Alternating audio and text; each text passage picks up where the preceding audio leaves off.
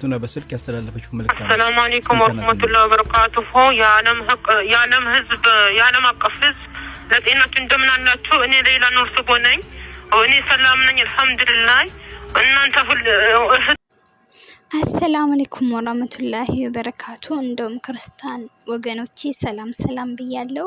ውድና የተከበራችሁ የከዶጅማ ቲዩብ ተከታታዮች ቤተሰቦች እንዴት ዋላችሁ? እንዴት አደራችሁ? በያላችሁበት ሰዓት አቆጣጠር እንግዲህ ሌላ ኑር ሰቦን የማያቅ ሰው የለም። በተለይ እናት አባቷ እንደዛ ሲያለቅሱ በቲክቶክ ላይ በቃ እኔ እንጃ ለሷ በቃ ያላነባ ሰው አለ በቲክቶክ መቼስ ሁላችሁም ታውቃላችሁ። ግን ዛሬ ደግሞ አስደሳች ነገር ተሰምቷል። ትንሽ ፍንጭ አለ። በጣም ደስ የሚል ነገር ነው የሰማነው። ሙሉውን መች ነው የምትወጣ? ሌላ የት ነው የደረሰችው? ምንድን ነው? ብር ተሰብስቦ 2 ሚሊዮን ሪያል ተሰብስቦ የት ነው የገባ? በጣም ብዙ ጥያቄ አለና ኤምባሲዎችም ሌላም ኑር ሰቦ ያስተላለፈችው መልእክት አለ። ሙሉውን የመጋብዛችሁ ይሆናል። ላይክ እያደረጋችሁ ይሄን አስደሳች ዜና ስሙ ማለት ነው። በዱዓችሁ ደግሞ እንዳትረሷት ማለት ነው። ኢንሻአላህ አላህ ካለ ጥቂት ቀን ነው የቀራት። ሌላም በስልክ ያስተላለፈችው መልእክት አለ። እንደውም ደግሞ የእሷን ጉዳይ የያዙት መልእክት ያስተላልፋሉ። ቪዲዮውን ጋብዛችኋለሁ ማለት ነው። ወንድሞች፣ አባት፣ እናቶች ሁላችሁም እንደምን አላችሁ? ለጤናችሁ እገዛ ሁላችሁም አግዛችሁኛል። ጀዛኩም الخير አላህ ጀዛችሁን በጥሩ ነገር ይክፈላችሁ። በእናንተ አሁን እናንተ ምንም አላቀራችሁም። እናንተ ያለባችሁን እርዳታ ሰርታችኋል ሁላችሁም። አሁን የቀረ ያላህ እርዳታ ነው። ያላህ እርዳታ ቅርብ እንደሆነ እንደሚሆን እናንተ ሁላችሁም ዱዓ አድርጉልኝ። እኔ ደህና ነኝ። እናንተ አላህ ሰላም ያርጋችሁ። ኢንሻአላህ አላህ በቅርብ ጊዜ ደስታ ይመጣል። ኢንሻአላህ በቅርብ ጊዜ የሀገር መክፈት ይመጣል። ለሁሉም አላህ አዋቂ ነው። እሱ ፈራጅ ነው። የጌታ ፍርድ ነው የቀረው። ያን አሁን የሰው ፍርድ አልቋል። ያኔ ነገር የሰው ፍርድ አይደለም።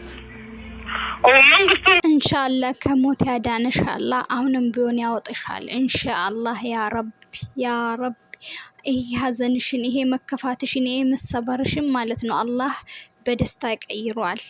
በቃ አላህ ሁኩም አለው ሲጀመር በዚህ ዱንያ ለኸይር ነው ሁሉም ነገርና አላህ ጌታ እንደሚያነሳ ዱዓ አድርጉልኝ። እሱ ጠላቴ ነው። በሱ ሰበብ ነው እኔ የተቀመጥኩት። ይህም እሱ እስካለ ድረስ እኔ መውጣት አልችልም። ግን አላህ በቅርብ ጊዜ ያንሳውና ኢንሻአላህ ያላህ ሃይማኖትና ቁርአን ሱና ኢንሻአላህ ድል እንዲሰጠው ዱዓ አድርጉልኝ። ሁላችሁም በያላችሁበት ወደ አላህ ተቃረቡልኝ። ለአላህ ዱዓ አድርጉልኝ ሁላችሁም። አላህ ይስማችሁ። አላህ ሰሚው አዋቂ ነው። የኔ እናት አንጀቴን በላችሁ ማለት ነው። እናንተ የሰው ያለባችሁን አቅስ ከቻላችሁ እናንተ ያለባችሁን ግዴታ ጨርሳችኋል። አሁን ደግሞ ነስሩ የአላህ ነው። ለዚህ በቻላችሁት መጠን ዱዓ አድርጉልኝ። ሲቀጥል ደግሞ አሁን ያለው መንግስት እሱ ወይ እንደው ራርቶ ካለቀቀኝ ወይ ደግሞ ካልተነሳ እኔ መውጣት አልችልም። እንዴት ተከፍሎላት ሁሉም ነገር ሆኖላት ሰዎቹ በቃ ብሩን ተቀብሎ እንዴት ነው መውጣት ማትችለው? ግራ የሚገባ ነገር እና አለች እንግዲህ ዱዓ አድርጉልኝ። በሰውየው ምክንያት ማለት በመንግስት በዚህ ሀገር መንግስት ምክንያት ነው አሁን ላይ ያለሁት። ሌላውን ነገር ሙሉ በሙሉ ጨርሻለሁ። ባለፈውም ራሱ ከኔ ጋር የሞት ፍርድ የተፈረደባቸው እነሱ ማለት ኦልሬዲ ሄደዋሉ። በቃ ወደ ላይ ሄደዋሉ። እኔ ግን ብሩ ስለተከፈለልኝ ሁሉንም ነገር ስለጨራረስኩኝ መውጣት ብቻ በቃ ከዚህ ሀገር ትውጣ መባል ብቻ አንድ መክተብ የሚፈርመው ማለት እንትን ምንድነው መስሪያ ቤት የሚፈርመው ፊርማ ብቻ ነው የቀረው እንጂ ሌላውን ነገር በሙሉ ጨርሻለሁ ብላለች። እንደውም ደግሞ ኤምባሲው ማለት የእሷን ጉዳይ ኮሚቴዎች የእሷን ጉዳይ የያዙት ኮሚቴዎች እሱም የሰጠው መልስ አለ። እሱን ልጋብዛችሁ። በተረፈው ደግሞ ዱዓ ጸሎት አድርጉላት።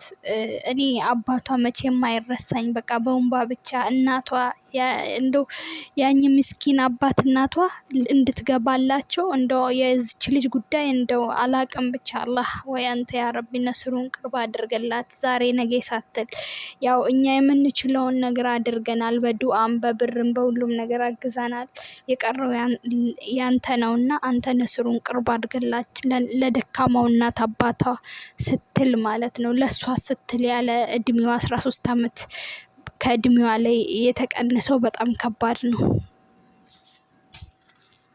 አቆጣጠር 5ኛ ወር ላይ ሄዶ ቀጥታ ጥያቄውን አቅርበዋል። ከሀቅ ጋር ከባለ ሰዎቹ ጋር በተያያዘ ያለውን ሀቅ ቼክ አድርገው የሚመለከታቸው ፍርድ ቤቶችም ሆነ የመሬት አስተዳደር ቢሮ ሰዎች ብር መውሰዳቸው ለሚገባቸውና ለሚመለከታቸው አካል ብር ማከፋፈላቸውና እንዲሁም ደግሞ የሁቁቅ ዓም በሚባለውም ጭምር ጨርሳ እንዳለች አሁን ግን ያልተሳፈረችበትን ምክንያት ቀጥታ ወደ እስር ቤት የሚመለከተው አካል ደብዳቤ እንዲጽፍና ተሳፈር የሚል ትዕዛዝ ይሰጠን ብለው እየጠየቁ ስለሆነ ለዛ ቀጥታ ትዕዛዝ እንዲሰጥልን ማመልከቻውን በድጋሚ አስገብተናል። እየጠበቅን ነው በአላህ ኢንሻአላህ። አላህ ራሱ ምክንያት አለው፣ ሕክማ አለው።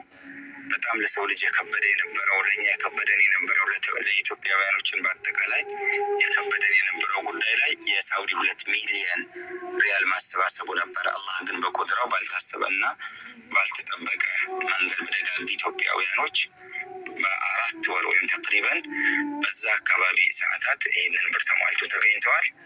አሁንም ከስቅላትና ከሞት እች ልጅ ድናለች። ያው እንግዲህ እንደሰማችሁት ነው ኤምባሲውም ያለው ያው አንድ መስሪያ ቤት ብቻ ነው ፍርማ የቀረው። ሌላው ነገር በሙሉ የሞት ፍርድም ተነስቶላታል። ሌላው ነገር በሙሉ ተጨርሶላታል።